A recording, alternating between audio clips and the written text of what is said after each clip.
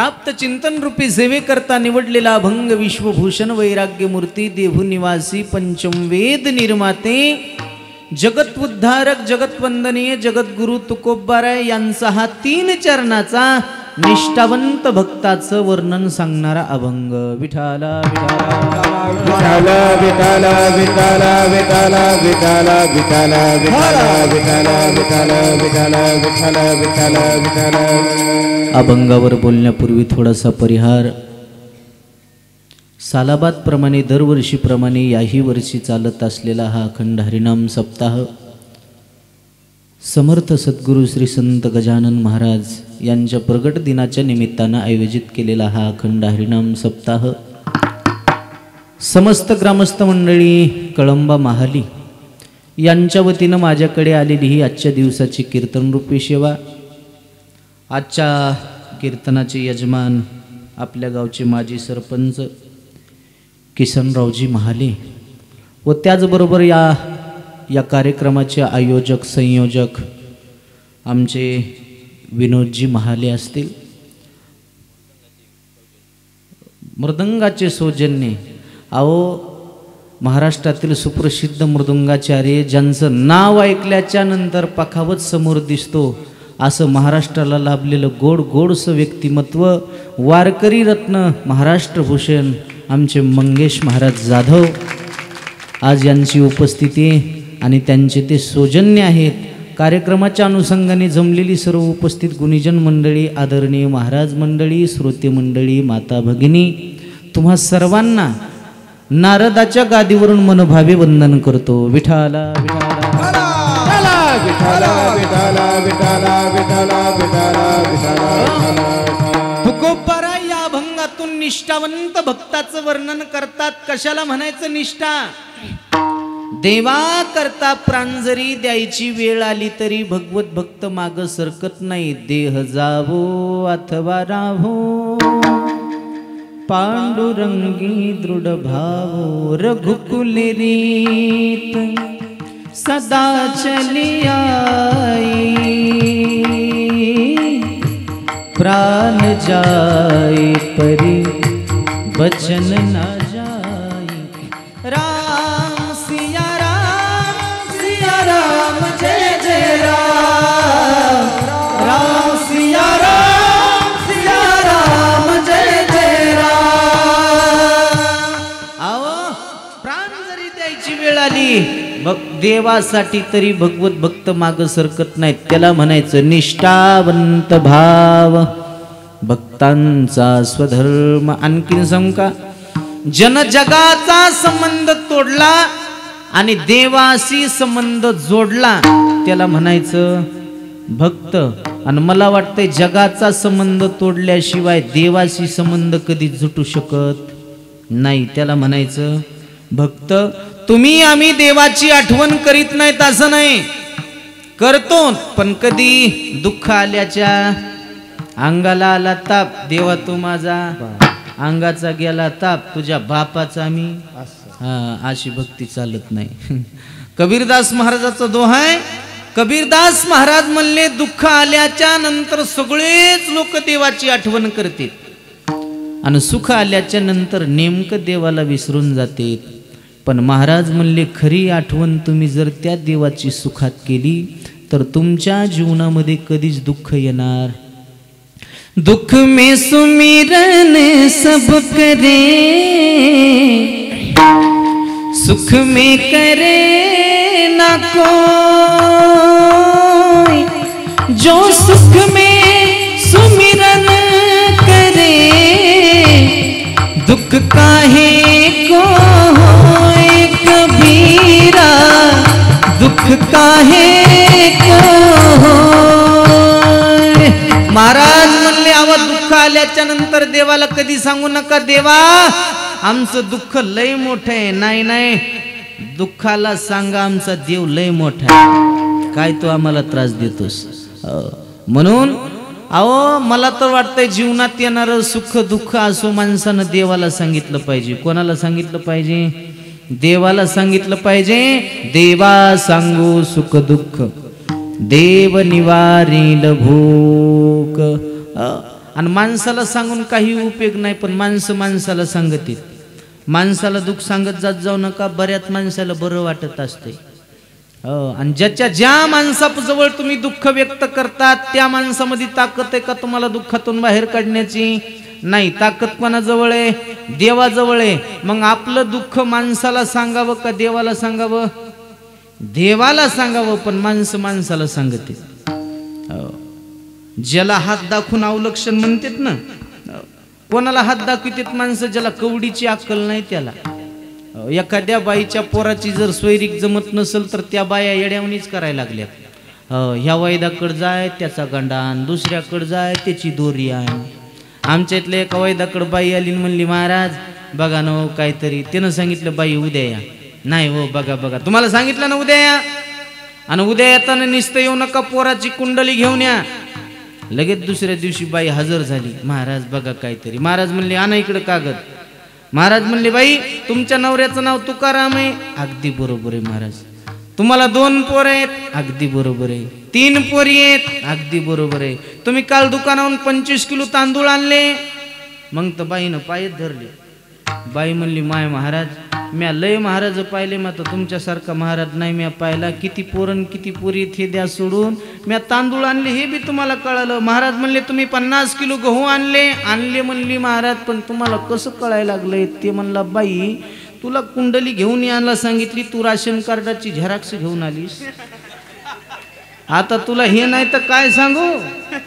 हेच ना तुझ्या घराचं भूगोल, इतिहास, नागरिक शास्त्र.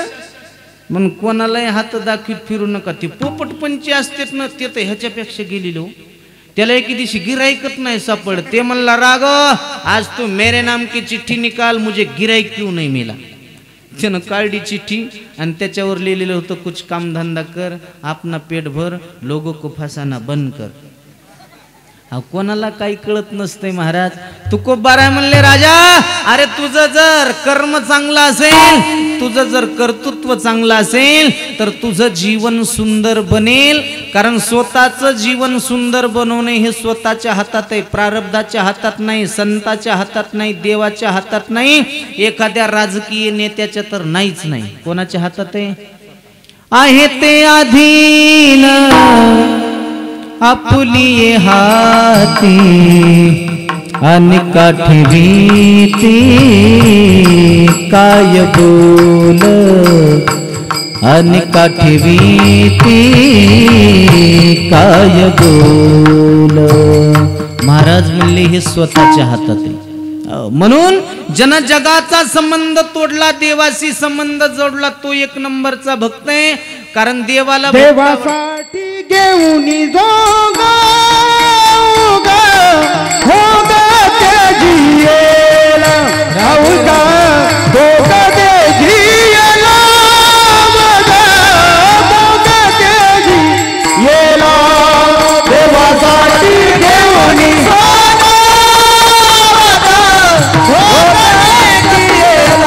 होगा जियेला, होगा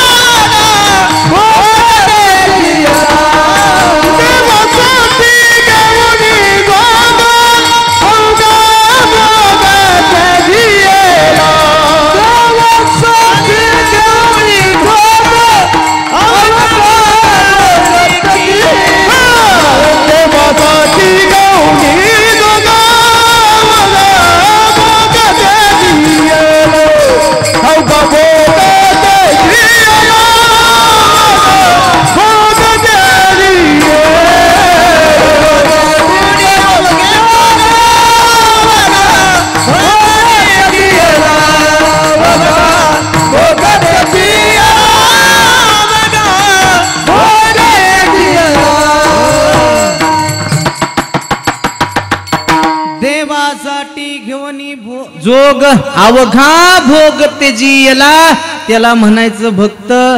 कारण देवाचा स्वभाव आहे, बाह्य रंग बघत नाही, अंतरीची घेतो गोडी, पाही जोडी भावाची. देव कधी बघत नाही, त्याच्या हातात अंगठ्या किती आहेत, गळ्यात लॉकेट किती आहेत, त्याची गाडी कशी आहे, त्याचा बंगला कसा आहे, हे माणसं पाहते, देव पाहत नाही. तुम्ही आम्ही बाह्यरंग बघतो. किती बाह्यरंग बघतो सांग का?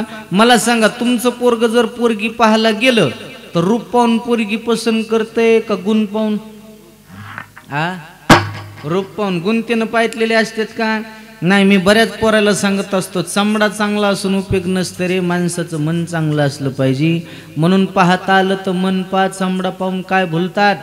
काळ्या मुंगीपेक्षा लाल मुंगी जास्त चावत असते. ज्याला कळालं त्याला धन्यवाद. लय अवघड आहे सध्याच्या काळात. एक तर कोणी कोणाला पोरगी देईन आणि ज्याला पोरगी द्याले त्याला पास पडणं. आमच्यात एक जणांनी 20 पोरी नापास केल्या. उगत लोकांच्या लेकराला नाव ठेवायचे, कोणतीची हाईट कमी आहे, कोणतीची हाईट जास्त आहे, कोणती जाड दिसायली, कोणती उन्हात गेल्या लाल पडायली. या अरे तू करतो तरी कोणती पास? त्याचं इतकं वय झालंय आता, त्याला कोणी पोरगीच देईन. पुन्हा पोरगी पाहायला गेलं आणि पोरीनं त्याला विचारलं, तो नाव काय? ते म्हणला वसंत. ती म्हणली मला नाच पसंत. आणि पोरी 5 दिवस गेले पोर. हो आता एक भेटणं तुम्ही दुसरी नापास कुठं करतात? आता पोरीला आली किंमत आणि पोरीच्या बापाला आले डिमांड. आणि काय येऊनी महाराज, काय येऊनी? 15 वर्षापूर्वी पोरीचा बाप असा पाया पडत होता, हो आमचं लेकरू पदरात. त्यावेळेस पोराचा बाप म्हणायचा, तुम्ही कुठं तुम्ही कुठं आम्ही कुठं. आता जिरली का? आता बळद जहारी घालायला, जहारी ते म्हणला पुढच्या घरी. यंदा नाही नादी लागायचं मला. म्हणून मुलीच्या बापानं सुद्धा मुलगी देत असताना परिस्थिती न पाहता स्थिती पाहणं गरजेचं आहे. काय पाहणं गरजेचं आहे? परिस्थिती नाही, स्थिती. जुन्या काळातली लोक परिस्थिती पाहत नव्हते. काय पाहत होते? स्थिती. घराणं माळकरी आहे का?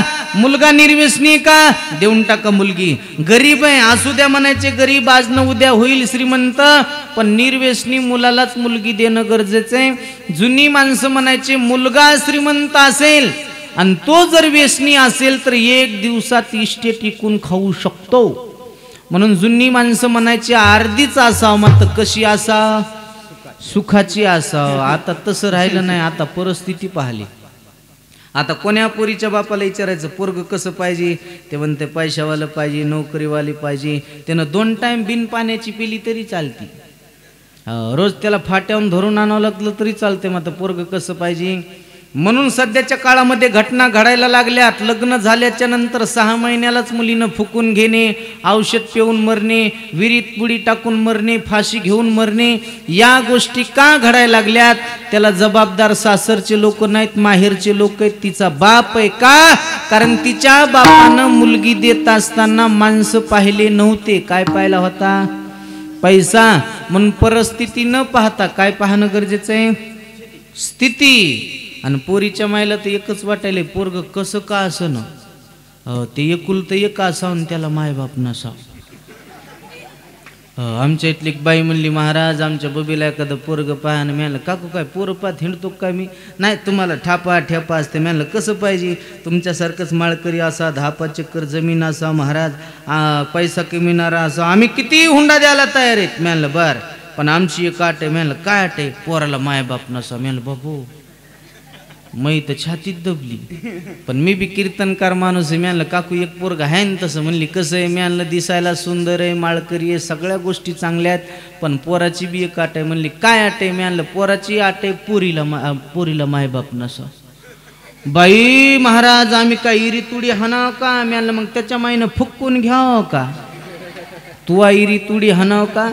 अहो हे तुम्ही आम्ही बाह्यरंग पाहतो, पण जगाचा बाप बाह्यरंग बघत नाही. हो भाव का भूका हूँ मैं तो, हो भाव ही बस सार है, भाव से मुझको भजे तो भव से बेड़ा पार है, भाव बिन कुछ भी वो दे दे मैं कभी लेता नहीं, भाव का भूखा हूँ मैं तो भाव ही बस सार है, भाव से मुझको भजे तो भव से बेड़ा पार है, काही ललके का भावची कारण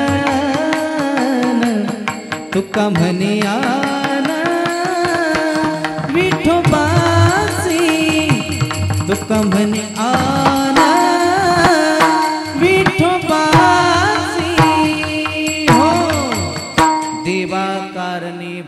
तस्मात थोर प्रेमाचा भुकेला हाची दुष्काळ तयाला. देव काहीच बघत नाही, फक्त आणि फक्त शरण येणाऱ्या भक्ताचा फक्त भाव बघतो महाराज, फक्त भाव.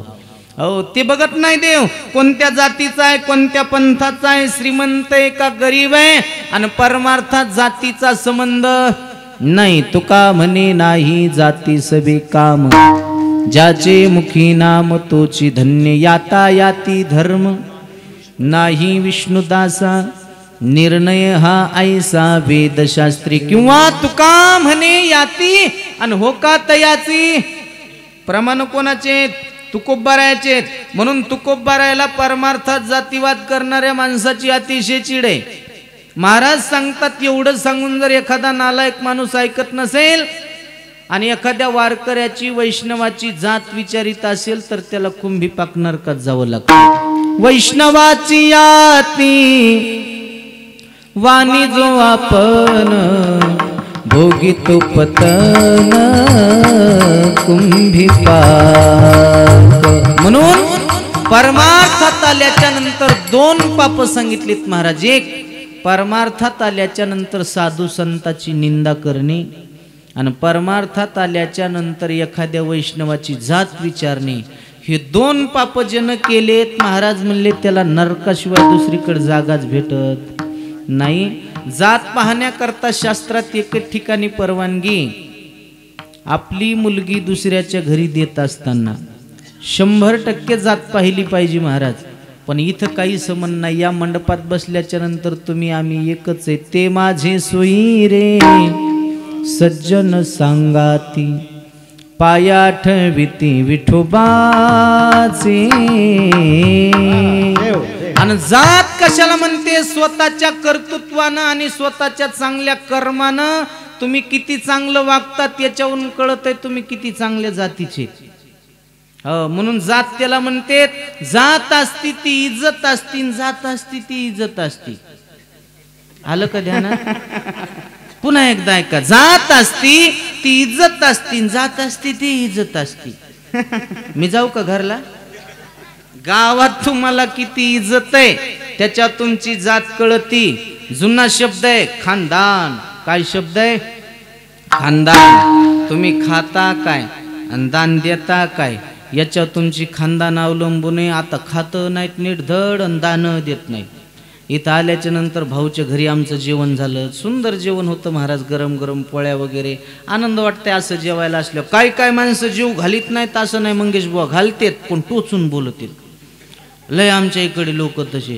कीर्तनाच्या आधी जेवायला वाढण ताटातली चपाती संपली. एक म्हातारा म्हणताय जा जा चपाती आणा. तिघ जण गेले वा. मी म्हणलं बाबा तिघ जण कायला पाटील? महाराज काल 2 जणाला उचलली नव्हती. म्हणजे 2 जणाला उचलली नाही ती आचार्याच्या हातची चपाती असून कशी? चपाती नव्हती ती चपाता.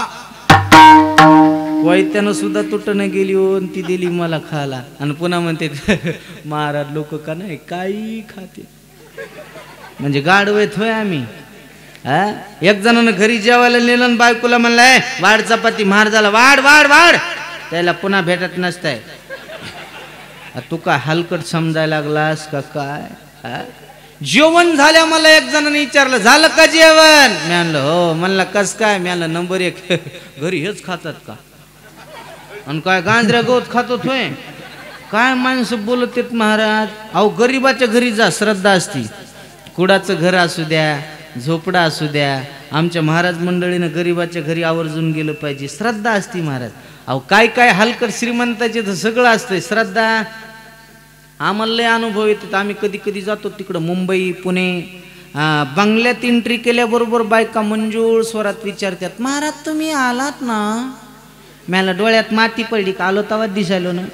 बरोबर कुठून आलात महाराज? मला परभणी फार लांब असेल. मला उद्या जवळ आणतो माझ्या बापाच्या हातात आहे. बरोबर महाराज तुम्ही कीर्तन वगैरे करता का? मला नाही ऊस घेतलेत खोरपायला. काय धंदा आता मला दुसरा? बरोबर महाराज तुम्ही जेवण वगैरे करता? म्हणलं हो. काय खाता जेवणात? म्हणलं गावऱ्या. काय खात असतील? म्हणलं हाबरेटीचा काढबा, ज्वारीचा काढबा, उरलं सुरलं तर सारमाड हाणणार, ढिल्ला पडणार नाही. आणखीन काय घेणार? म्हणलं डोसक्यात दगड घालून घेणार. बाई स्वयंपाक करू लागली किचन वाट्या पायात चपला घालून मी आणलं घाल द्या आता का आडला हरीण गाढवाचे जेवायला वाढायला आली तरी तिच्या पायात चप्पल होती मी आणलं बाई तुमच्या पायात चप्पल आहे महाराज ती वाढायचीच आहे मी आणलं वाढायची म्हणजे अशा कितीक चपला आहेत तुमच्या घरात म्हणली वाढायची वेगळी आंघोळीची वेगळी बाजाराला जायची वेगळी फिरायला जायची वेगळी मला हाणायची असली ताण आणि हाना आम्हाला एकदा तू आणि माणसं म्हणते सुशिक्षित झाली याला सुशिक्षित म्हणत असतात का आमच्या परमार्थात सुशिक्षित त्याला म्हणते जे जे वडील जे जे करीती तया नाम धर्म ठेविती धर्माचरण करतो तो खरा सुशिक्षित आहे विठाला विठाला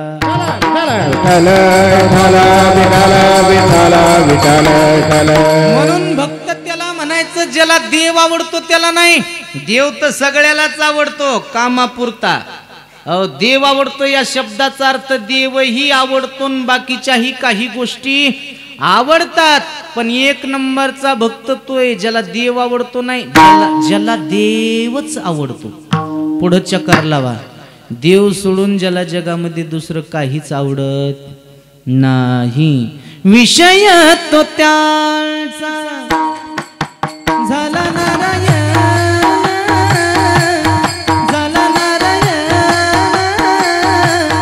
विषय तो त्याचा झाला नारायण विषय तो त्याचा झाला नारायण झाला नारायण विजय तो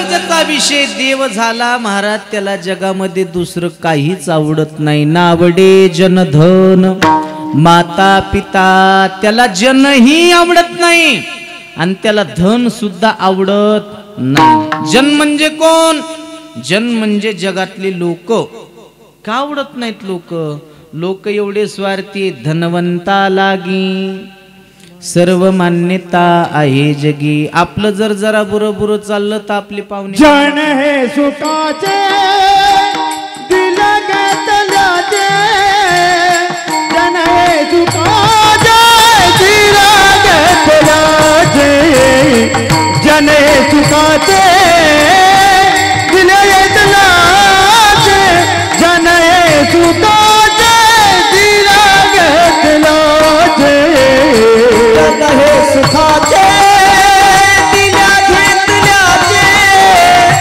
जन हे सुखाचे दिल्या घेतल्याचे जन हे सुखाचे दिल्या घेतल्याचे जन हे सुखाचे दिल्या घेतल्याचे अंतकाळीचे ते कोणी नाही जन हे सुखाचे दिल्या घेतल्याचे अंत काळीचे नाही कोणी जोवरी चळन गा तोवरी म्हणती माझा. आपलं जर जरा बुरा चाललं तर आपल्याला कुणीही रामराम घालतं. एकदा का आपलं वाजलं मग लग्नाची पत्रिका सुद्धा कोणी देत नाही.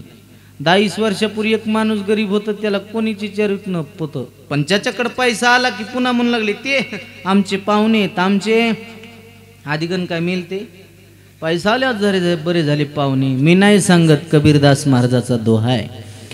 जब लग अपने पल्लों में पैसा तब लोग सलाम करें, अपना पैसा निकल गया तो कोई मीठा नहीं बोले, सब पैसे के भाई, सब पैसे के भाई, सब पैसे के भाई, सब पैसे के भाई. दिल का साथी नहीं रे कोई, दिल का साथी नहीं रे कोई, हो दिल का साथी नहीं रे कोई, दिल का साथी नहीं रे कोई, हो सब पैसे के भाई, सब पैसे के भाई,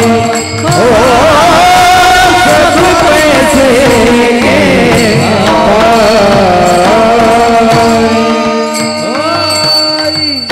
पैशावर प्रेम करणारं जग आहे महाराज. या जगामध्ये आपलं कोणीच नाही.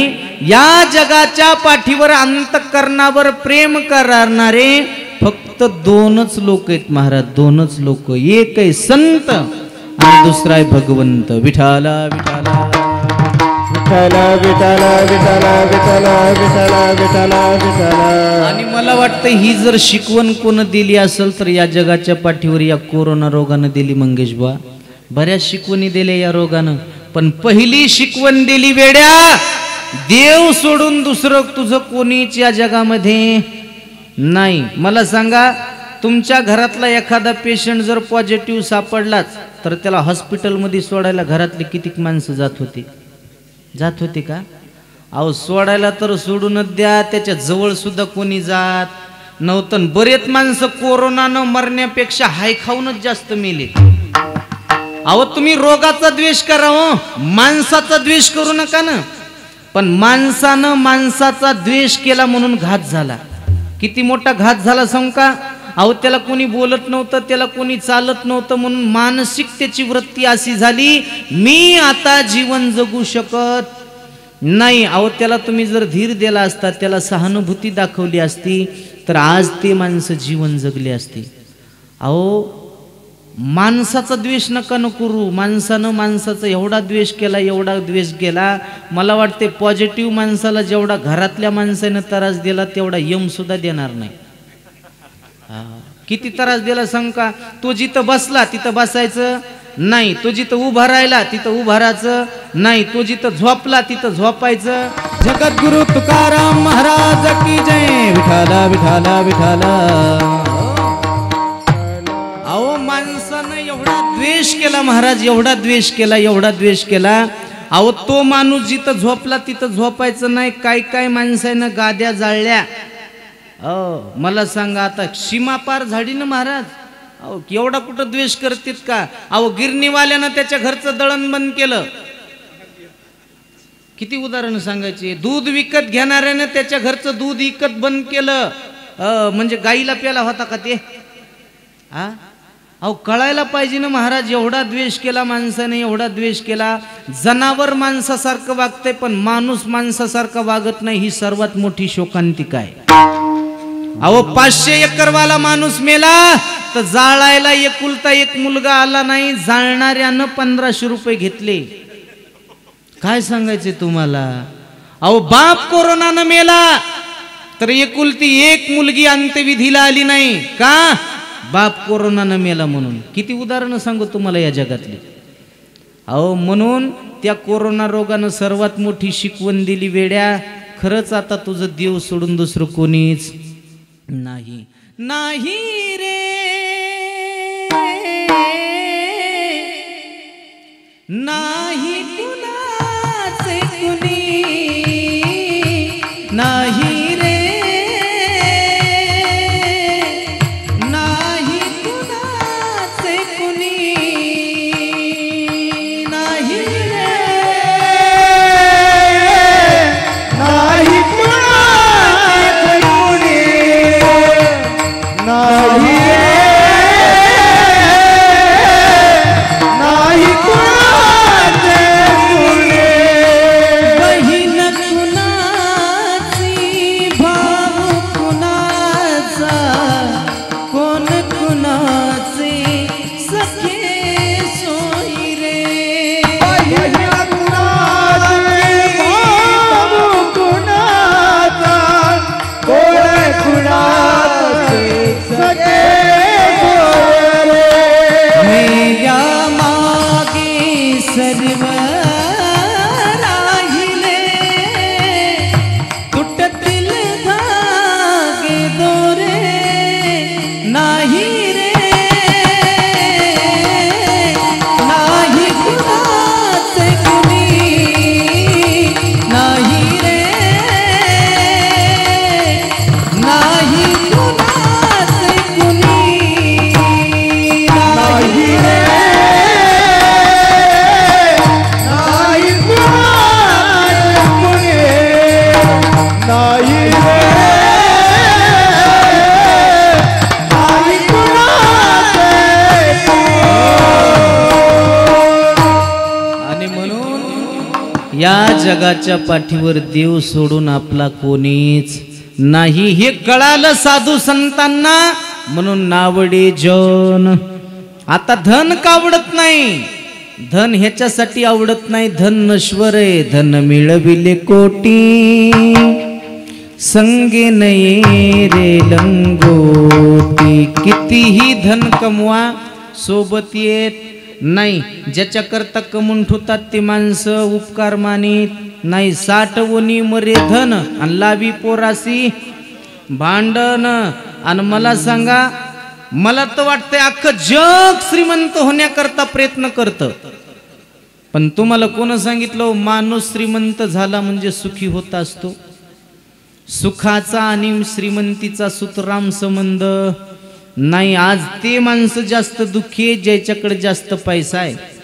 अहो संध्याकाळी झोप येत नाही, झोपीची गोळी खावं लागती. पण आमच्या गरीबाला बघा बरं, दिवसभर शेतात काम करते, संध्याकाळी पळड की त्याला झोप लागती. ज्याला पळड की झोप लागती का समजायचं हे भाग्यवान माणूस आणि बिन पैशाचा श्रीमंत आहे. खरं सांगू का? एक हिंदीतलं वाक्य सांगतो, श्रीमंतापेक्षा गरीब माणसं कसे सुखी असतात ऐका. आमिर के जीवन में जितना महत्व सोने की चेन का होता है, आमिर के जीवन में जितना महत्व सोने की चेन का होता है, उतना ही महत्व गरीबों के जीवन में चैन से सोने का होता है. तुमच्या लक्षात आलं म्हणून तुम्ही टाळी वाजवली, नाही तर काय काय गावात हिंदी कळत नाही. मंगेश बा, मी एका गावात काल्याच्या कीर्तनाला अभंग घेतला, चुरा चुरा कर माखन खाया, आणि जेवायला केली बुंदी. कीर्तन झाल्या पंगत बसली बायाची, आणि एक बाई म्हणली माय त्या खडकवाडीच्या पोरानं कीर्तन नादर केलं. दुसरी म्हणली अगं नादर केलं, मात्र मधात हिंदी हिंदी काय म्हणू लागलं तेच कळलं नाही. तिसरी म्हणली अगं काय करडी शिंदी हिंदी हान बुंदीन चल घरला. आपल्या बायकाला हिंदी कळत नाही, इंग्रजी कळत नाही. आमच्या गावातल्या बाया 10 बाया पंढरपूरला गेल्या, अंसाबाई, द्वारकाबाई, कौसाबाई, सुमित्राबाई, इथल्या सोडून रे बुवा. त्या पंढरपूरला गेल्या आणि तिथं बरमुडा घालून अमेरिकेची बाई आली. तिनं पंढरपूरचं मंदिर बघितलं आणि ती म्हणली ओ वा वंडरफुल. वंडरफुल म्हणजे सुंदर. पुन्हा ती म्हणली ओ वा वंडरफुल. आमच्या गावातली बाई म्हणली ए भवानी वंडरफुल नाही पंढरपूर आहे. विठाला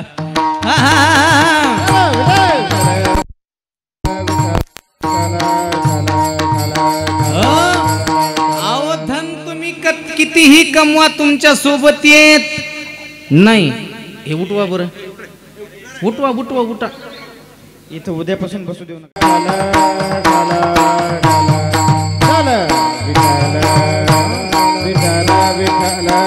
म्हणून जीवनामध्ये तुम्ही किती जरी धन कमवलं तरी सोबत येत नाही. काही काही माणसाला हव्यास असतो पैसा कमवण्याचा.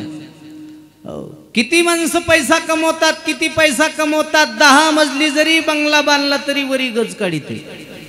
बसू द्या बसू द्या आता बसू द्या बसू द्या बसू द्या बसू द्या बसू द्या बसू द्या.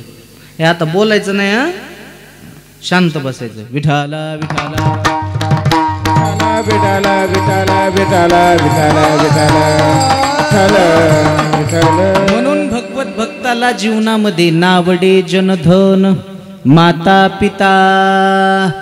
म्हणून या सर्वस्वाचा त्याग केला आणि जीवनामध्ये परमार्थ केला.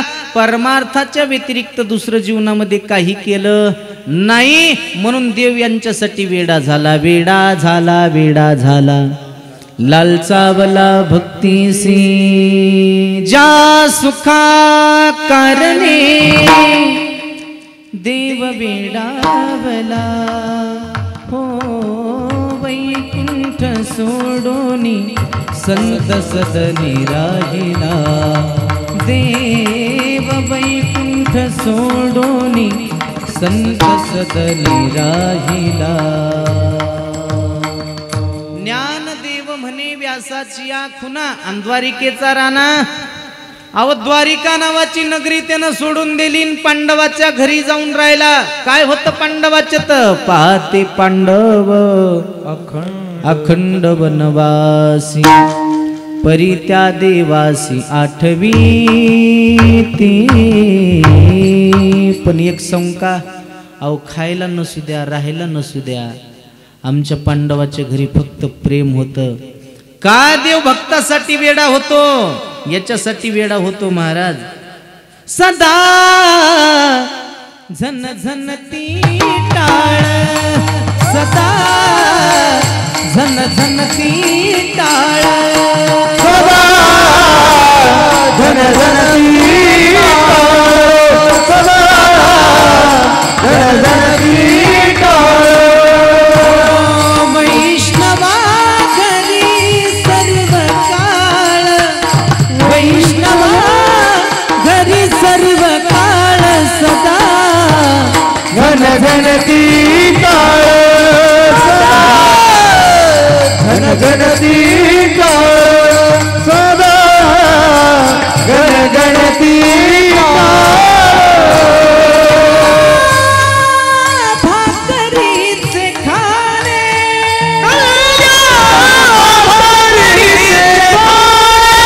मुखी राम नाम गाणे, मुखी राम नाम गाणे, मुखी राम नाम गाणे, मुखी राम नाम गाणे, मुखी राम नाम गाणे, मुखी राम नाम गाणे.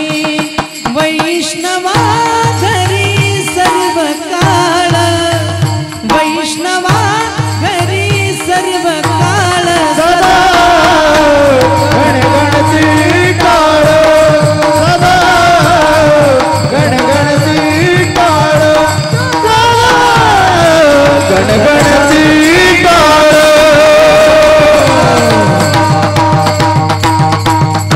वा वा वा वा.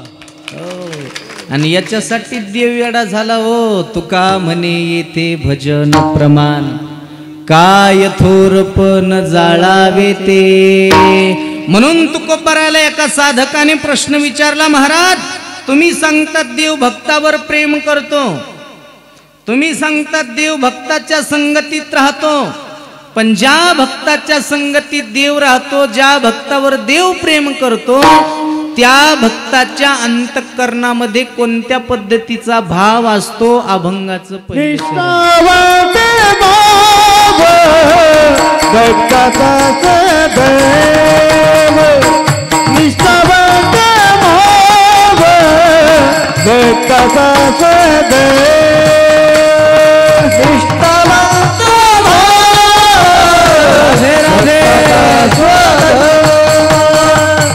निष्ठावंत भाव भक्ताचा सदैव, निष्ठावंत भाव भक्ताचा सदैव, निष्ठावंत भाव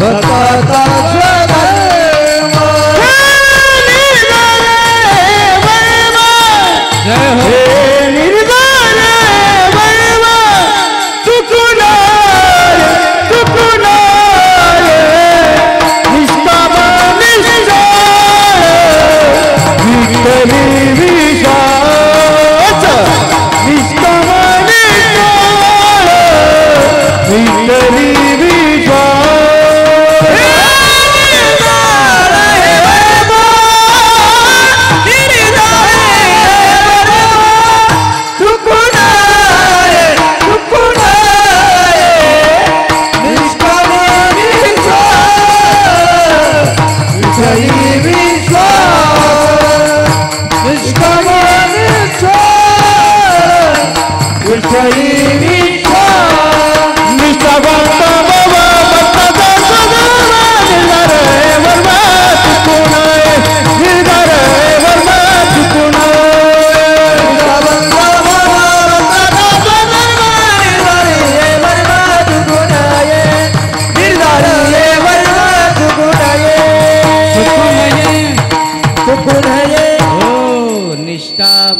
भाव भक्तांचा स्वधर्म निर्धार हे वर्म चुको नये. निष्ठावान वेगळा आणि निष्ठावंत वेगळा. किती जरी संकट आलं तरी त्या संकटामध्ये देवावरची निष्ठा त्याची कधीच कमी होत नाही. तुमच्या आमच्या जीवनामध्ये निष्ठा नाही, सगळी निष्ठा निष्ठीच, पण आपल्या जीवनामध्ये निष्ठा नाही. आणि माणसं बघा ना तुम्ही, कलियुगामध्ये हुशार माणूस कोणाला म्हणतात? कोणाला म्हणतात?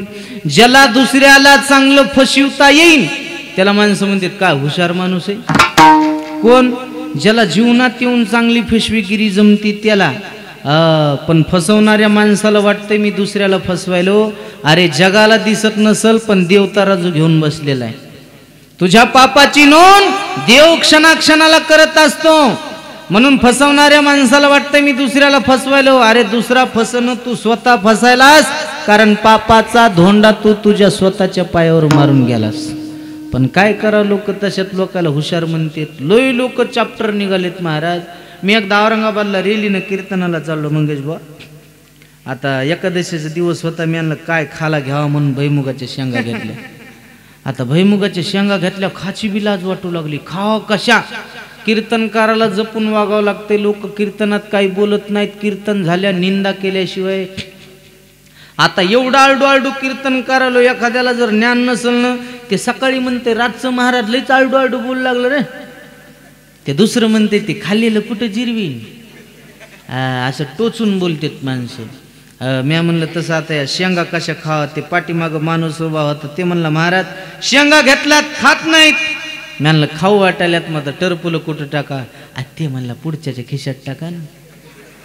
अरे मी म्हणलं कळन ना त्याला? कळत नाही म्हणला. मी म्हणलं कळतच नाही म्हणला. मी म्हणलं कसं काय कळत नाही? ते म्हणला 2 घंटे झालं मी तुमच्या खिशात टाकायला लागलो, तुम्हाला कळतंय का? काय हुशार निघालीत माणसं बघा ना. आणि तुम्ही असं वागायला लागलात म्हणून ही बच्चे कंपनी तुमचं अनुकरण करायला लागली. लय चॅप्टर महाराज हे तुम्हाला साधारण वाटायलेत का? एका गावात मला वाटत होतं मी लय चॅप्टर माणूस आहे, लय हुशार, पण एका गावात लहान लेकरानंच मला फसिलं. बैठकीत जाऊन बसलो, 7-8 वर्षाचं पोरग मायापाशी आलं आणि मला म्हणला, महाराज चला आमच्या घरी चहा प्यायला. मी आलं, चहा सगळेच पाजवले, दुसरं काहीतरी पाजव ना. ताक काय म्हणलं, आणू का? मी आण. ते पळत गेलो, महाराज ताकाचा तांब्या आणला, 1 तांब्या ताक पिलं म्या. पण जाताना त्याला हळूच करून म्या म्हणलं, बाळा 1 तांब्या ताक पाजलंस तू, आई तुला काही म्हणणार नाही का? ते म्हणला, कशाला काय म्हणीन महाराज, त्याच्यात उंदीर मिळालेला होता. असा राग आला महाराज. तांब्या घेतला आणि भिताडावत फळडा. तेवढ्यात ते पोरग म्हणते, आई महाराजांना संडासल्याने तांब्या बी फळडा. तांब्या कायाचा होता? म्हणून माणसाचं कर्म चांगलं पाहिजे महाराज. म्हणून माणसाचं कर्म चांगलं पाहिजे, वाटलं पाहिजे आपण देवाच्या बंधनात आहेत. मालिक तेरे बंदे हम, ऐसे हो हमारे करम, नेकी पर चले और बदे से तले, ताकि हंसते हुए निकले दम. बड़ा कमजोर है आदमी, अभी लाखों है इसमें कमी, पर तू जो खड़ा है दयालु बड़ा, तेरी कृपा से धरती थमी. दिया तूने हमें जब जन्म, तू ही सह लेगा हम सबके गम. नेकी पर चले और बदे से तले, ताकि हंसते हुए निकले दम. ऐ मालिक तेरे बंदे हम, ऐसे हो हमारे करम, नेकी पर चले और बदे से तले, ताकि हंसते हुए निकले दम. म्हणून माणसाचं चांगलं कर्म पाहिजे. कर्म देवात सुद्धा येईल, काय येणार नाही, त्याला बोलवणारा द्रौपदी सारखा पाहिजे. कौन कहते हैं भगवान आते नहीं, माँ द्रौपदी जैसे बुलाते नहीं. कौन कहते हैं भगवान खाते नहीं, संत नामदेव के जैसे खिलाते नहीं. कौन कहते हैं भगवान सोते नहीं, माँ जशोदा के जैसे सुलाते नहीं. कौन कहते हैं भगवान आते नहीं, माँ द्रौपदी जैसे बुलाते नहीं. अरे कोण म्हणते देव येत नाही? देव आज सुद्धा येतो, पण बोलवणारा द्रौपदी सारखा पाहिजे.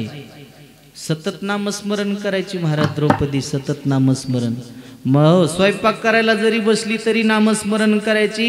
मला वाटतंय प्रत्येक बाईनं स्वयंपाक करत असताना नामस्मरण केलं तर किती बरं होईल. खाणाऱ्यालाही फायदा आणि करणाऱ्याला सुद्धा, कारण ते अन्नातले दोष निघून जातात आणि ते अन्न न राहता त्याचा प्रसाद बनत असतो. हरी बोला देता, हरी बोला घेता, हरी बोला देता, हरी बोला घेता, हरी बोला देता, हरी बोला घेता, हरी बोला देता, हरी बोला घेता. सर्व कार्य करता हरी बोला, हरी बोला, सर्व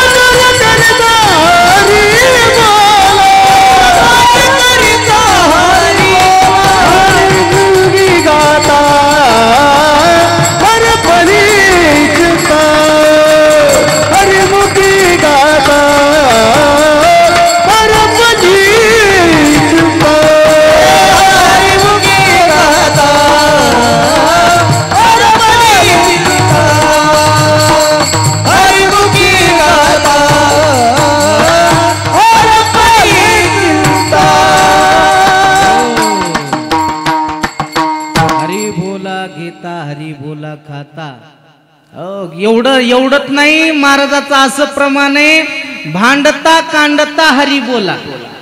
पण देवाचं नाम चिंतन करा.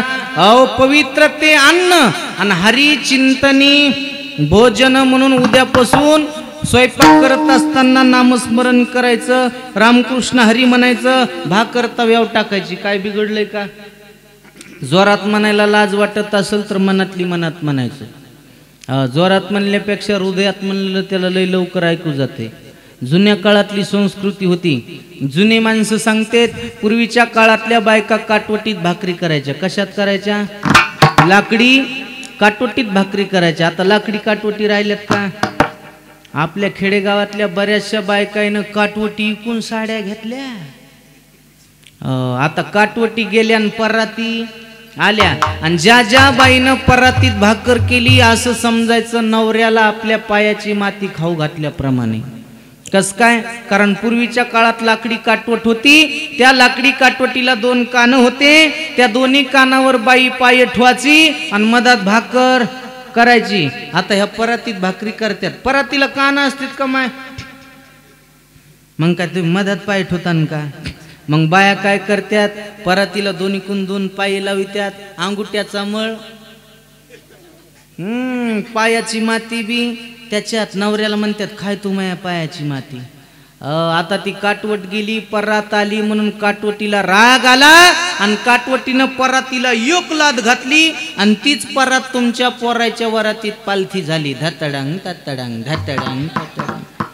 आणि त्याच्यावर तुमचे पोरं नाचत. काय संस्कृती राहिली का? जुन्या काळातल्या आणखीन म्हातारी माणसं म्हणतात महाराज पूर्वीच्या काळातल्या बायका लाकडी बगव्यातलं कुकू लावित होते. आता लाकडी बगी राहिलेत का?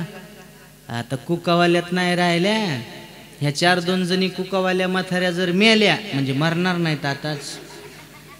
पुन्हा आपल्याला कुकावाली बाई बघाय भेटायची नाही. गेलं महाराज. कुंकावाल्या गेल्या, हो टिकल्या वाल्या आल्या, बाथरूम मधल्या भिंती सुवासिनी झाल्या. पण तुम्ही टिकलीत लावीत जातच काय नाही. कालाच्या वाघात नाही बोलायचं. आमच्याच बायका टिकली लावायला, तुम्हाला कुठं बोलावं? पण भविष्यात तर पुराण असं सांगतं बाईच्या कपाळावरचा मधला भाग परपुरुषानं उघडा पाहू नये.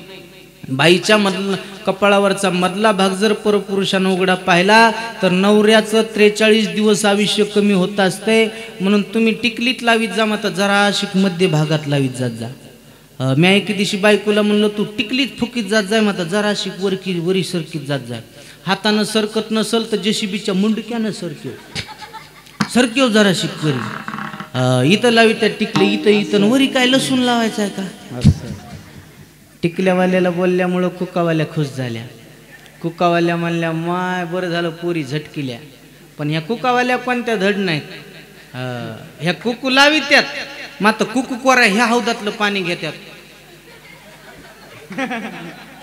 केलं ना म्हातार उष्ट.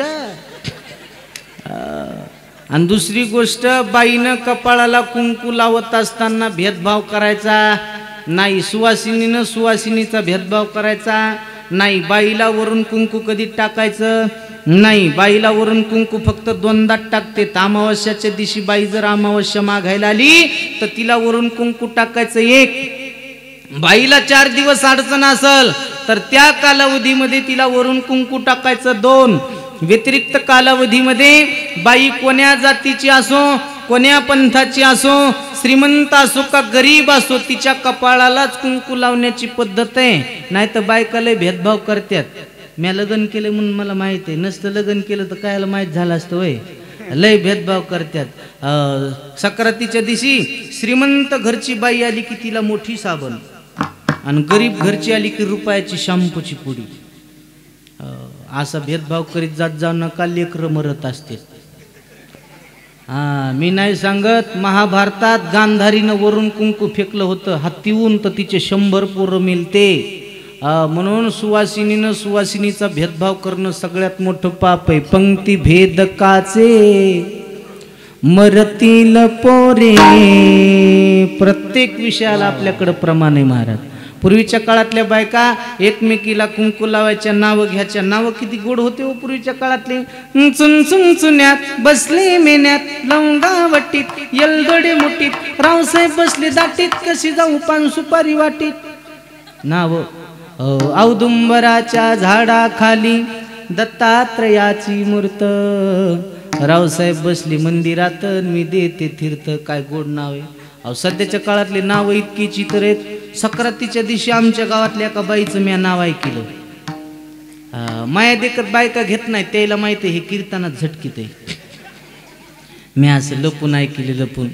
त्या बाईनं नावच असं घेतलं. ती म्हणली बकिटात बकीट स्टीलचं बकीट, बकिटात बकीट स्टीलचं बकीट. मुकुंदरावाचं नाव ऐकायला 5 रुपये तिकीट. आणि तिचा मुकुंद येड्या बाबळात पडल्याला. आणि ती म्हणाली बकिटात बकीट. मिळालं चव्वाली तू ह्या बकिटाला विठाला.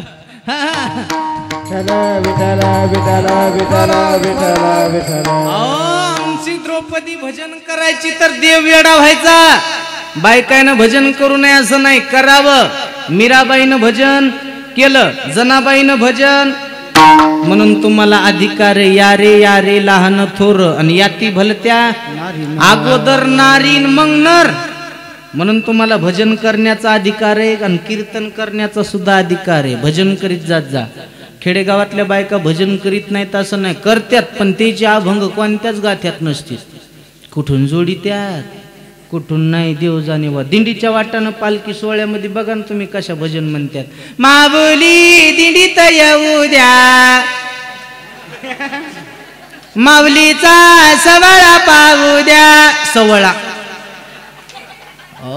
कुठून भजन आणलं काय माहित बुवा. एक म्हातारी पुढी चालली, मी पाठी मागून चालवलो. एका म्हातारीनं भजन असं जोडलं, मी आता मोबाईल मध्ये टेप करून आणले. ती म्हातारी म्हणाली अरे अरे इठोबा तुझ्यात माझं मन, अन घेतला मोबाईल लावते तुला फोन. म्हणलं बाबा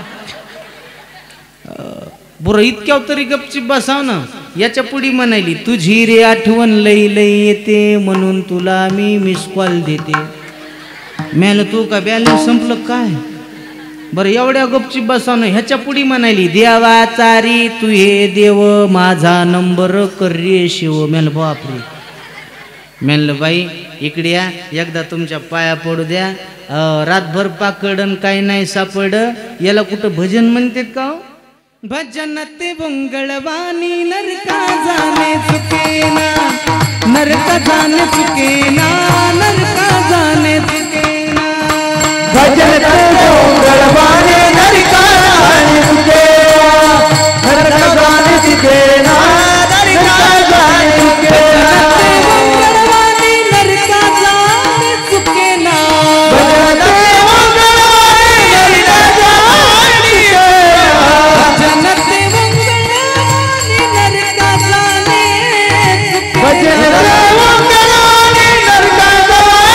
चुकेना. भजन ते मंगळवाणी नरका जाणे चुकेना, जाणे चुकेना, नरका जाणे चुकेना. भजन ते मंगळवाणी नरका जाणे चुकेना, नरका जाणे चुकेना, चुकेना, चुकेना. भजन असावं तर चांगला असावं, नाही तयावीन भुकेला विठ्ठल येईल तैसा बोल रामकृष्ण. आमची द्रौपदी असं भजन करायची महाराज. गोविंद मेरो है गोपाल मेरो है, श्री बाके बिहारी नंदलाल मेरो है, राधा रमन बिहारी नंदलाल मेरो है.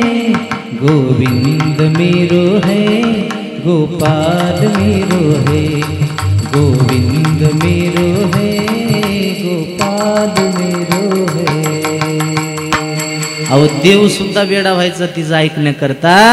एके दिवशी उद्धवानं देवाला विचारलं देवा तुमची सख्खी बहीण कोण आहे. म्हणले सुभद्रा आहे. उद्धव म्हणला देवा तुम्ही सुभद्रेची आठवण काढत नाही, सतत द्रौपदीचं गुणगान गाता. काय त्या द्रौपदीपाशी. देवानं सांगितलं उद्धवा तुला द्रौपदीची किंमत नाही कळायची रे, तुला द्रौपदीचं प्रेम पाहायचंय का, चल हस्तिनापूरला. भगवंतानं उद्धवाचा हात धरला आणि हस्तिनापुरामध्ये आणलं.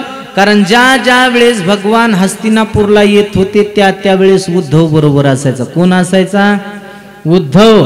आणि मी नेहमी सांगत असतो सोबत नेण्याकरता लायकी लागत असती, कोणालाही संग नेऊ नाही. आणि त्यातली त्यात आमच्यासारख्या माझ्यासारख्या कीर्तनकारानं लहानपणचा वर्गमित्र कधी संग नेऊ नये. ते का कुठं चव घालीन काय सांगता येत नाही. आमच्यातले एक जण म्हणलं महाराज अरे कुठे संध्याकाळी खेळ, ते कीर्तनाला खेळ म्हणलं. म्याला उद्याच्याला मुंबईला जायचं मग आता आजच निघावं लागतं. ते म्हणला मला येऊ देन राव संग, म्याला चव घालशील ना मी. नाही म्हणला तू मनसीन तसा वागतो मग आता एकदा मुंबई दाखव. म्याला बस गाडीत बसिलं, मुंबईला नेलं.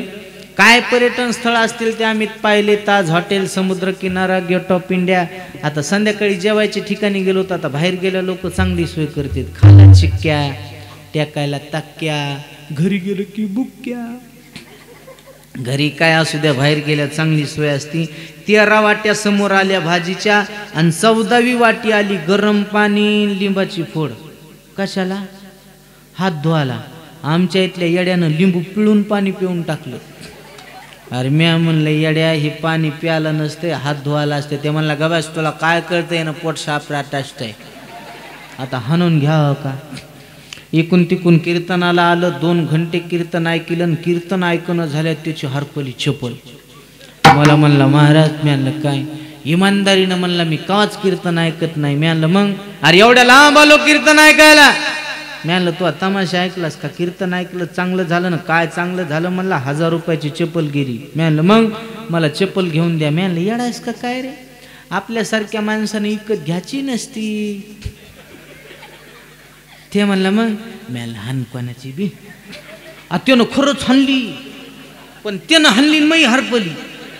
म्या 2 घंटे मंडपात गौशिली, मला गौस पित नाही आणि जाताना त्याच्यात पायात निघाली. मी आलं मैच हल्लीस का काय, म्हणला ही तू हित निघाली का विठाला.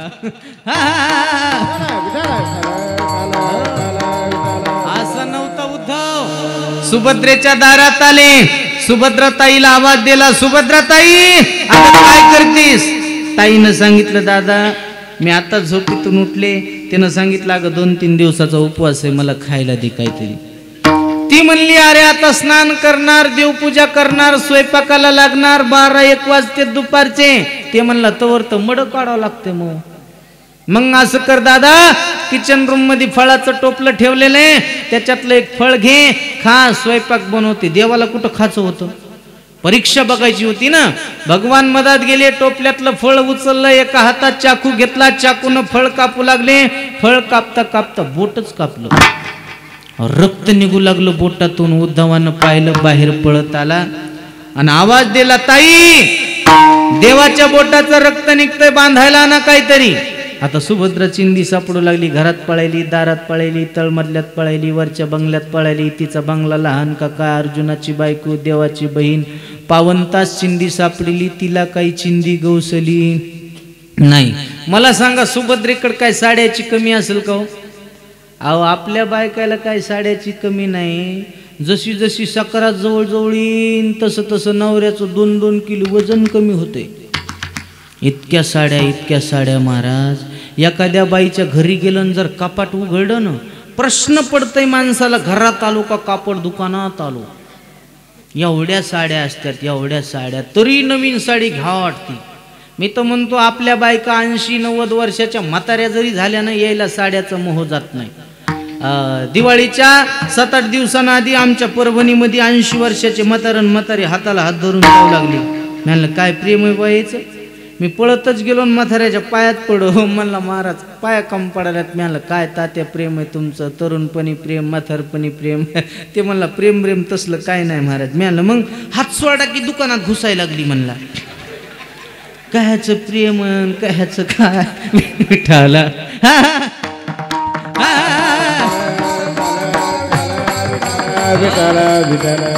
सुभद्रा होती ती 52 तास चिंदी सापडली, तिला चिंदी गवसली.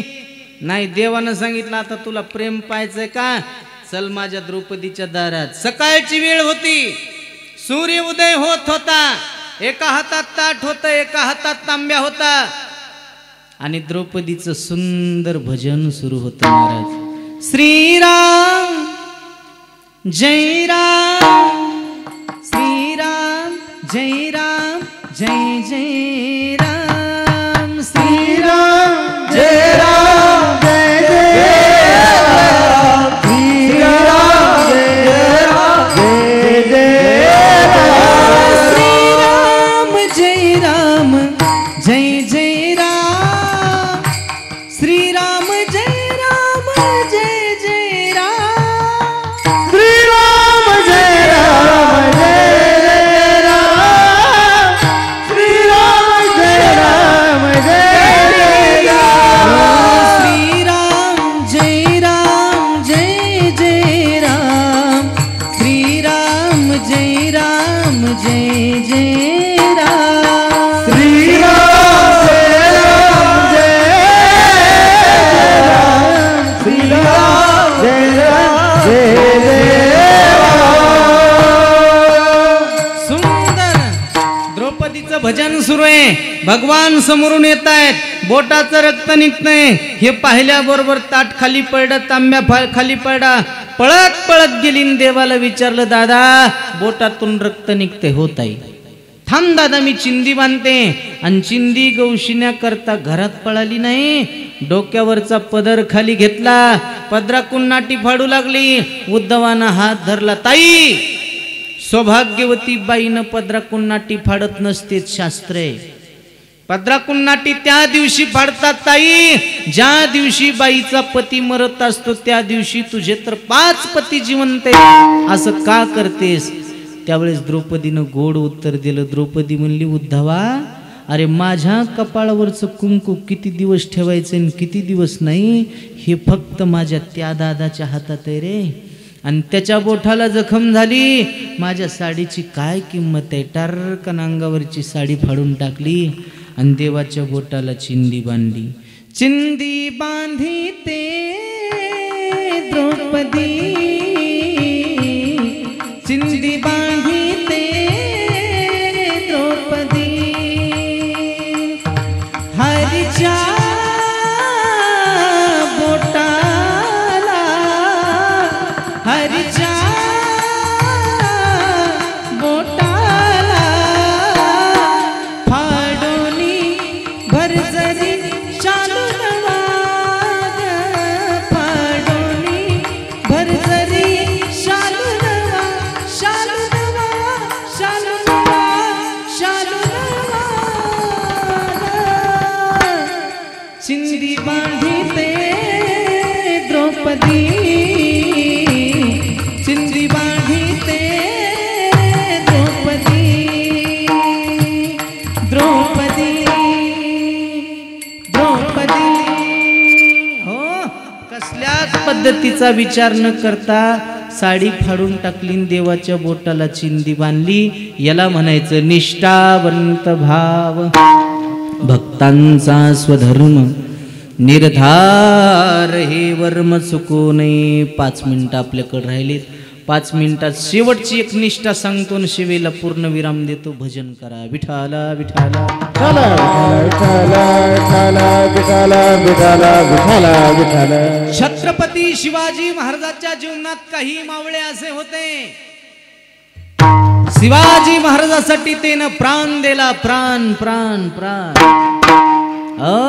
आणि आज म्हणून त्याचा इतिहास या महाराष्ट्राच्या मातीत घडला, म्हणून प्रत्येकाचा फोटो घराघरामध्ये.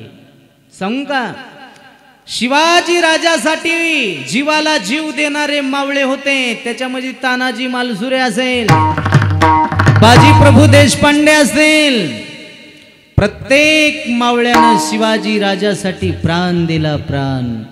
किती निष्ठा होती त्या मावळ्याची सांगू का शिवाजी महाराजावर. मैत्री कशी जपावी, मित्रता कशाला म्हणावी, हे शिकावं माझ्या बाजी प्रभू देशपांडे कडून.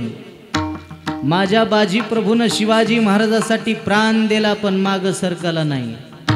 प्रसंग अतिशय कठीण होता. महाराज पन्हाळगडावर होते. महाराजांना अफजल खानाला फाडलं होतं. विकारी नाम संवत्सर होतं. षष्टी सप्तमी होती. तारीख होती 10 ऑगस्ट 1659. अफजल खानाला मारल्याच्या नंतर विजापूर संतप्त झालं होतं आणि विजापूरकरानं महाराजाला मारण्याकरता सिद्धी जोहर पाठवला होता. आणि सिद्धी जोहर तसा पाठवला नाही. सिद्धी जोहर बरोबर 42,000 सैन्य पाठवलेलं आहे आणि 42,000 सैन्यानं पन्हाळगडाला वेढा मारलेला आहे. महाराजांना गड सोडणं ही गोष्ट अतिशय महत्वाची आहे. महाराजांना गड सोडण्याकरता तारीखही निवडली होती 12 जुलै 1660 आषाढ शुद्ध पौर्णिमा. तोही गुरुवारचा दिवस होता. सगळी जबाबदारी महाराजांना बाजी प्रभूवर दिली होती. बाजी प्रभूनं 600 मावळे आपल्या बरोबर घेतले होते. एका पालखीत महाराज बसले होते आणि एक पालखी रिकामीच त्याच्या पाठीमाग चालत होती. रात्री 10 वाजता बाजी प्रभूनं तो दरवाजा उघडला. 600 मावळे गडाच्या बाहेर पडले आणि आता सिद्धी जोहरच्या सैन्याचा आता वेढा जवळ येत होता. वेढा आता 100 पावलावर आला होता. वेढा आता 50 पावलावर आला होता. वेढा आता 25 पावलावर आला होता. वेढा आता 5 पावलावर आला होता आणि मावळ्याचं पाऊल आता वेड्यामध्ये पडलं होतं. वरून धोधो पाऊस पडत होता. तरी पण मावळ्याच्या अंगातून निस्ता घाम निघत होता. कारण महाराष्ट्राची जोखीम आपल्या खांद्यावर होती आणि विशालगडावर पोस्ट करण्याची सगळी जबाबदारी मावळ्यांची होती. मावळे पुढे पळत होते. वेडा पाठीमाग पळत होता. समोर गेल्याच्या नंतर एका जाळीतून डोळे चमकले आणि लक्षात आलं हे डोळे वाघाचे नाही, हे डोळे माणसाचे चमकतात. आणि ज्या अर्थी माणसाचे डोळे चमकतात त्या अर्थी गुप्तचर असले पाहिजे. ठरल्याप्रमाणे रिकामी पालखी पुढे आली. ठरल्याप्रमाणे शिवाजी महाराजासारखा दिसणारा, शिवाजी महाराजासारखा पोशाख केलेला शिवा काशीद नावाचा मावळ्या त्या पालखीमध्ये बसवल्या गेला. 15 मावळे तिथं थांबले आणि बाकीचे मावळे महाराजांना घेऊन आड मार्गाने पळत होते. पुढं गजापूर नावाचं एक गाव लागलं. पाठीमागून गनीम येतोय हे बाजी प्रभूला कळालं. तिथे एक पावन खिंड लागली आणि त्या पावन खिंडीजवळ महाराजानं बाजी प्रभूनं महाराजांची पालखी खाली टेकवली. 2 हात जोडले आणि विनंती केली, महाराज जावं, महाराज आपण जावं महाराज. जोपर्यंत आपण विशालगडावर पोहोचतो होणार नाही महाराज, तोपर्यंत हा बाजी एकाही शत्रूला तुमच्या पाठीमाग येऊ देणार नाही महाराज. हा बाजी आपल्या प्राणाची बाजी लावेल महाराज, पण तुमच्या पाठीमाग शत्रू येऊ देणार नाही महाराज. जावं महाराज आपण जावं महाराज. शब्द ऐकल्याबरोबर महाराज गहिवरले आणि महाराज म्हणले, बाजी बाजी, अरे तुझ्यासारख्या शूरवीर योद्ध्याला, तुझ्यासारख्या जीवलग मित्राला मी कसा सोडून जाऊ बाजी, कसा सोडून बाजी जाऊ. शब्द ऐकल्याबरोबर बाजी प्रभू म्हणले, महाराज भवानीची शपथ आहे महाराज, आपल्याला लाख मरावे महाराज, पण लाखाचा पोशिंदा मरू नये महाराज. जावं महाराज आपण जावं महाराज. प्रसंग अतिशय कठीण होता. जो गड महाराजांना सोडला होता त्या गडाला 42,000 सैन्याचा वेढा होता आणि त्या खिंडीमध्ये 3,000 सैन्य, 300 सैन्यानिशी अडवून ठेवायचं होतं. आणि ज्या गडावर महाराजाला पोस्ट व्हायचं होतं त्या गडावर सुद्धा सुरेराव सुर्वे, यशवंतराव सुर्वे या मराठ्यांचा वेढा पडला होता. 6,000 तलवारी महाराजांच्या दिशेनं धावल्या होत्या मारण्याकरता. 300 मावळ्यानं महाराजाच्या भोवती कडक केलं.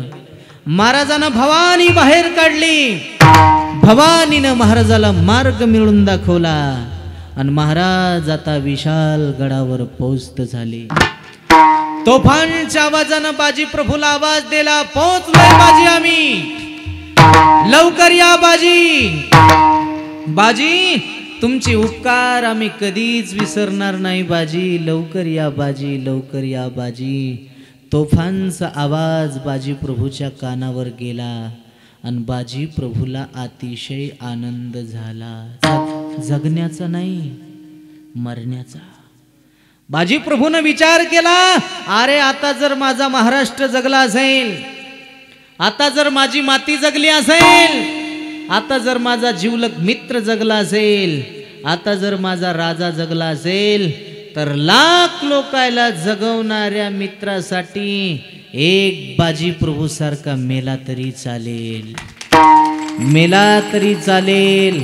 हसत हसत बाजी प्रभूनं तलवारीचे घाव आपल्या छातीवर झेलले आणि या महाराष्ट्राच्या मातीसाठी, छत्रपती शिवाजी राजासाठी प्राण सोडून दिला, प्राण सोडून दिला. जा आँख खुले वो धरती हिंदुस्तान की हो, जा आँख बंदो गली हिंदुस्तान की हो. अरे हम मर भी गए तो कोई गम नहीं, लेकिन मरते वक्त हाथ में मिट्टी हिंदुस्तान की हो, हाथ में मिट्टी हिंदुस्तान की हो. याला निष्ठा म्हणायचं, निष्ठा. हम तरुण आहेत म्हणून तरुणाईनं परमार्थात आलं पाहिजे. तरुणाला विनंती आहे, पर हो जगायचं असलं तरी देशासाठीच जगा आणि मरायचं असलं तरी देशासाठीच मरा, मरायचं असलं तरी देशासाठी. पोरीसाठी काय मरतो नालाय का, देशासाठी मरणं. नाव निघल तू नाव.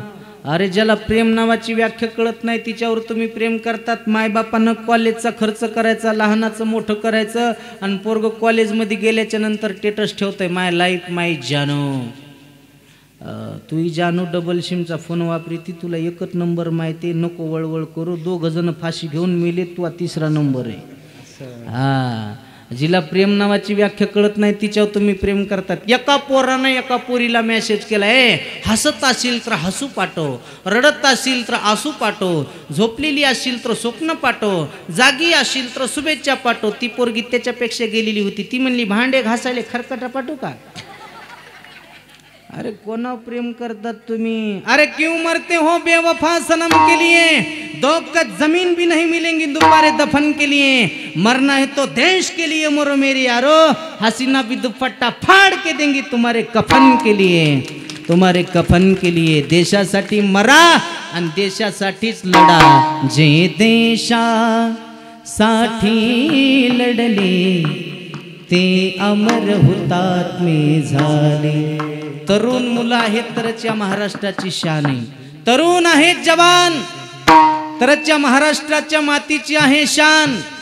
गाता भागवत ज्ञानेश्वरी या धर्म संस्कृतीवर ठेव भान, तरच उंच होईल या भारत देशाची मान. हो, आणि उंच करायची असल मान तर महिला मंडळी शिकवा तुम्ही, लेकरायला पासाय दान, नाही तर होईल म्हातारपणी ताना तान. हा, काळ विचित्र झालाय. पोराला शेतकऱ्याला शेती साथ देईन म्हणून शेतकरी झाले नंगाट. 10वी 12वीचे पोरं पिऊ पिऊ झाले तंगाट. आणि आता पहिलीचं पोरग म्हणते झालं झिंग झिंग झिंग झिंग. शाबास. हा, पुढीच उदाहरण आहे, लांब बघायची गरजच नाही. हा, संस्कारच नाही राहिले महाराज. एक जणानं मला घरी चहा प्यायला नेलं मंगेश बुवा, आणि पोराला बोलून घेतलं, बाबा इकडे सांग ना वाट किती. ते म्हणला 9-8-52. लगेच खिशातून 200 रुपये काढले. बापानं म्हणला जाय गोळ्या खाय, बिस्किट काय, आईस कर. मला आला ना राग. मी म्हणलं पोरग चुकीचं उत्तर द्यालं आणि तुम्ही त्याला 200 रुपये देतात, मुस्काडात द्यायला पाहिजे. ते म्हणला पोरग तू आहे का मग. मी म्हणलं तूच. म्हणला मग तू शांत बस. मी म्हणलं कस काय. ते म्हणला आमच्या खोडी आम्हाला माहीत असतात. मी म्हणलं कस काय. ते म्हणला ते आता पोस्टवर 9-8-35 म्हणत होतं, पैसे देऊ देऊ 52 वर आणलंय. जात्यान म्हणला 100-200 आणखीन माहित, पोरग 72 वर. लय अवघड आहे महाराज. एका शिक्षकानं विद्यार्थ्याला उठील, हॉट पाण्यात राहणाऱ्या 5 जलचऱ्याची नावे सांग. ते म्हणला बेंडूक. मास्तर म्हणला 1 बरोबर आला, आणखीन 4 सांग. ते म्हणला त्याची माय, त्याचा बाप, त्याचा भाऊ, त्याची बहीण. आटकच आला मास्तरला. तो 8 दिवस पोरग शाळेत गेलं ना म्हणून 9व्या दिवशी मास्तर घरी गेला. मास्तर घरी आलेला पोराच्या आजानं बघितला ना, आजा म्हणला पाप्या मास्तर घरी आलाय, लप लप लप. पाप्या म्हणला बाबा तुम्हीच लपा. आजा म्हणला मला लपाय सांगतो. ते म्हणला सांगितलंय मास्तरला, मग आजा मिळालाय. 8 दिवस मी शाळेत येणार नाही. म्हणून लेकरायला चांगले संस्कार द्या. लय अवघड झाले. मला तर मायबापानं आळंदीला शिकायला नसतं घातलं तर मी आता कोणाचा कापूस यातला असता. पण ज्ञानोबराय तुकोबरायचे उपकार आहेत. त्या ज्ञानोबरायसाठी एकच मना वाटते मला, काय हमें जो तुम्हारा सहारा न मिलता भंवर में ही रहते किनारा न मिलता किनारे पे भी तो लहर आज होती अगर तुम न होते अगर तुम न होते हमें और जीने की चाहत न होती अगर तुम न होते अगर तुम न होते हो भंवर में ही रहते किनारा न मिळता. नदीमध्ये राहून सुद्धा किनाऱ्याचा सहारा मिळू नये इतकी वाईट अवस्था झाली असती. पण उपकार ज्ञानोबराय तुकोबरायचे काय द्यावे त्यासी व्हावे उतराई ठेविताच हा पायी जीव थोडा म्हणून संस्कार द्या.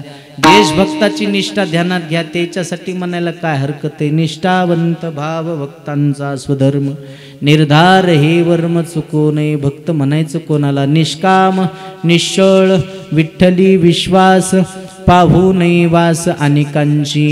आणि इतक्या गोष्टी एकत्रित असत्याल तर तुका म्हणे ऐसा कोण उपेक्षिला नाही ऐकिला ऐसा कोणी. निष्काम निश्चळ विठ्ठली विश्वास पाहू नये वास अनेकांची. विठोबा रखुमाई विठोबा रखुमाई रखुमाई रखुमाई. यथामध्ये यथावकाश ठरलेल्या वेळाप्रमाणे सरळ सरळ अभंगाचा भावार्थ ठेवण्याचा प्रयत्न केला. तसं 10-15 मिनिट तुमचे मी जास्त घेतले त्याच्याबद्दल दिलगिरी व्यक्त करतो. कारण काय कोणतंही कार्य टायमात झालं पाहिजे महाराज. पुनश्च एकदा गोड गोडसं केलेलं तुम्ही आयोजन नियोजन गावकरी मंडळीला द्यावे तितके धन्यवाद. पुनश्च एकदा मंगेश बुवासाठी जोरदार टाळी वाजवा. आवाज बसला होता महाराज माझा पण हळूहळू उकलला म्हणून कस तरी आनंद भेटला मंगेश बुवा. नाही तर माझा मूड गेलता सुरुवातीलाच. पण काय गजानन महाराजाची कृपा असलो. मी स्मरण केलं गजानन महाराज सांभाळून घ्या. आज आवाज बसलेला आहे. आवाजच उकलला हो. आणि काय साऊंड सिस्टीम आहे महाराज. एकदा जोरदार टाळी वाजवा आमच्या दादासाठी. 8 दिवस झालं मी फिरायलो. 8 दिवसात एका गावात साऊंड सर्व्हिस चांगली मला लाभली. पण आज इथं आल्याच्या नंतर समाधानच वाटलं बुवा. वा वा वा. याच्यावरूनच कळतंय महाराज घराची कळा अंगण सांगत असते म्हणतात ना. तसं तुम्ही दर्दी लोक आहेत. गर्दी नसली तरी चालतंय मात्र दर्दी असा. तसं तुमचं गाव दर्दी आहे दर्दी. म्हणून तुमच्यासाठी एकदा टाळी वाजवा. म्हणून पुनश्च एकदा तुम्हाला सर्वांना मनोभावी वंदन करतो आणि या ठिकाणी थांबतो. ज्ञानेश्वर माऊली ज्ञानराज माऊली तुकाराम. ज्ञानेश्वर माऊली ज्ञानराज माऊली तुकाराम. विठ्ठल जय जय विठ्ठल विठ्ठल जय जय